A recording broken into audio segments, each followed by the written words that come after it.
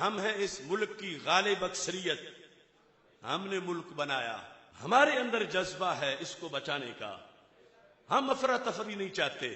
لیکن بات تو اصل یہ ہے، ادھر ماتم کی بھی اجازت، ادھر مسجد بھی بند، ادھر تبروں کے جلوس، ادھر قرآن کی تلاوت پہ پابندی۔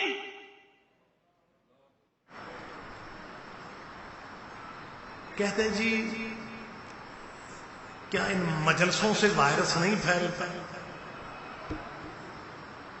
اجازت نہیں دینی چاہیے جی، کیونکہ گیدرنگ جو ہوتی ہے نا جی اس کا اثر ہوتا ہے، اور یہ ایسا نامراد وائرس ہے، یہ سانسوں سے پھیلتا ہے۔ میں مسجد میں بیٹھ کے کہہ رہا ہوں، کرونا ان سانسوں سے پھیلتا ہے جن سانسوں میں علی نہیں۔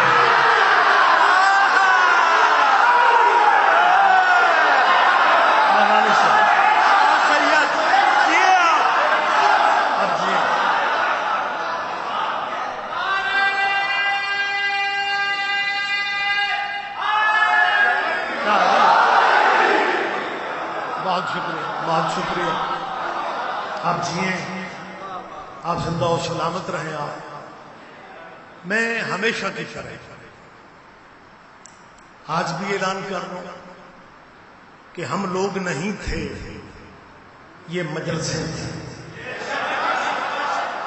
اور ہمارا یہ بھی ایمان ہے کہ ہم نہیں ہوں گے، مجلسیں پھر بھی ہوں گی۔ کہتے ہیں جی بیماریاں، عالمی وبا، اوے مولوی جی اچھا ایک مجلس رک جائے نا تو وہ ایک نیٹ پہ وہ کراچی کا بندہ ان کا آ جاتا ہے، مبارک ہو مسلمانوں مجلسیں روک دی گئی، اور میری اس مولوی سے اپیل ہے، شیعہ اس سرزمین پہ، صرف اس سرزمین پہ نہیں، دنیا جہاں کی ایک ایک نکر کی بات کر رہا ہوں، ایک بھی شیعہ دنیا میں نہ رہ جائے، اللہ حسین کا عزادار بن جائے۔ مہربانی سے، مہربانی، آپ جی بہت شکریہ، بہت شکریہ، مہربانی، مہربانی سے۔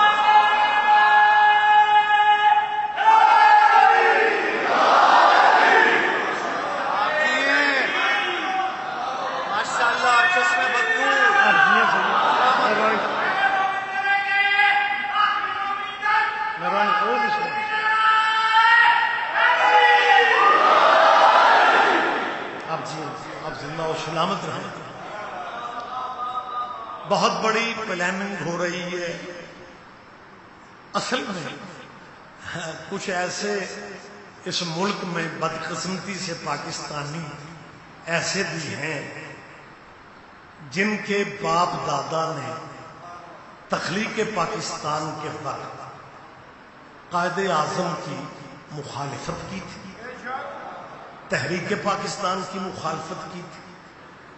انہیں جیسے ہی کہیں سے اشارہ ہوتا ہے کہ پاکستان کے حالات خراب کیے جا سکتے ہیں، پھر وہ بندے میدان عمل میں آ جاتے ہیں۔ یہ ہر دور میں رہا ہے، اب بھی ایک بڑی سازش ہو رہی ہے کہ گلی گلی میں فرقہ وارانہ ماحول بنا دو۔ میڈیا کے کچھ چینل بڑا بیسک کردار ادا کر رہے ہیں، اور اوکھے اوکھے سوال شیعہ نمائندوں سے پوچھے جاتے ہیں کہ جی آپ اسے مانتے ہیں، اسے نہیں مانتے۔ میں سیدھا سادہ بندہ ہوں، میں تو کہتا ہوں کہ ہمیں ایک فہرست بنا کے دے دو کہ ہم نے کسے کسے ماننا ہے۔ مہربانی سے روز روز کے رولے ختم کرو، ایک ہی دن ایک فہرست دے دو۔ تم وقت کے ساتھ بدل جاتے ہو، اپنی تاریخ تمہیں یاد نہیں ہے۔ تمہارے باپ داداؤں نے کہا تھا کہ پاکستان بنانے کے جرم میں شکر ہے ہم شامل نہیں تھے، یہ ان کے بڑوں نے کہا۔ مجھے ایک ایک نام لینے کی ضرورت بھی نہیں ہے، ویسے بھی ایک تو وقت نہیں ہے اور دوسرا وقت نہیں ہے.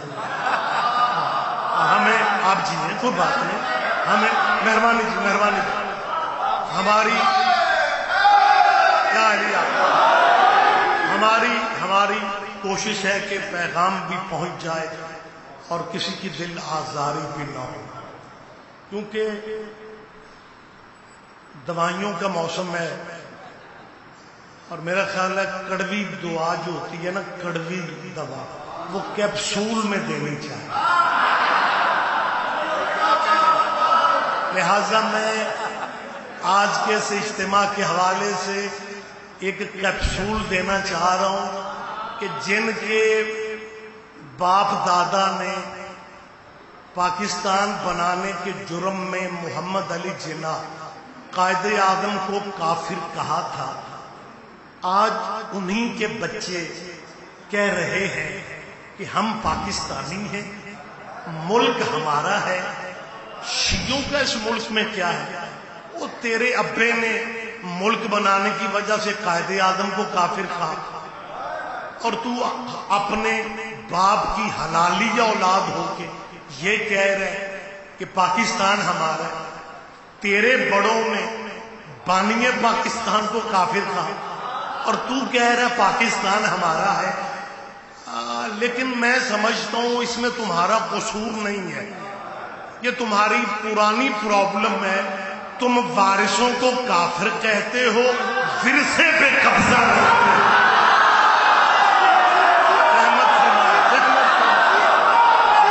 بہت شکریہ.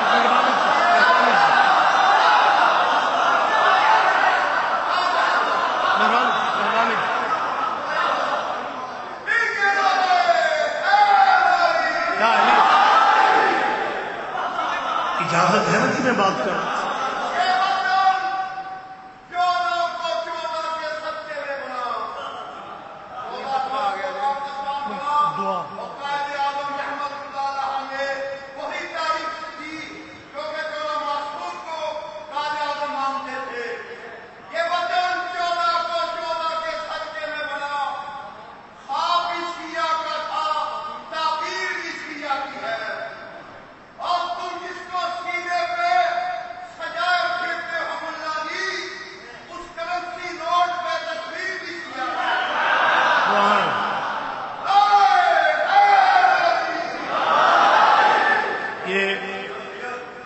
بھرپور اجتماع ہے اور قبولیت دعا کا کوئی لمحہ پتہ نہیں ہوتا. یہ میرے عزیز مومن نے ملک ذیشان واقع، ان کی بیٹی بیمار ہے، چلڈرن ہاسپٹل میں ہے. آپ دعا کیجیے مالک ذکر کا صدقہ اس بچی کو شفا دیجیے. اجازت دے رہے میں بات جاری رکھوں؟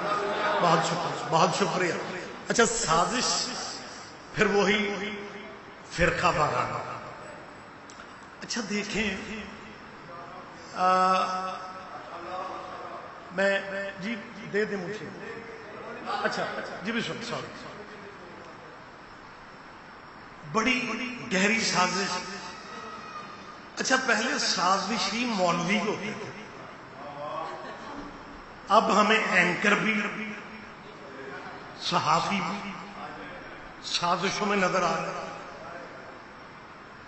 حضرت اموی بادشاہ گزرے، حضرت عمر بن عبدالعزیز، ان کی قبر کی توہین کی گئی. حضرت عمر بن عبدالعزیز پڑھے لکھے دوست جانتے ہیں، یہ بنو امیہ کے آخری بادشاہ ہیں. نام عمر ہے اور اچھے تھے.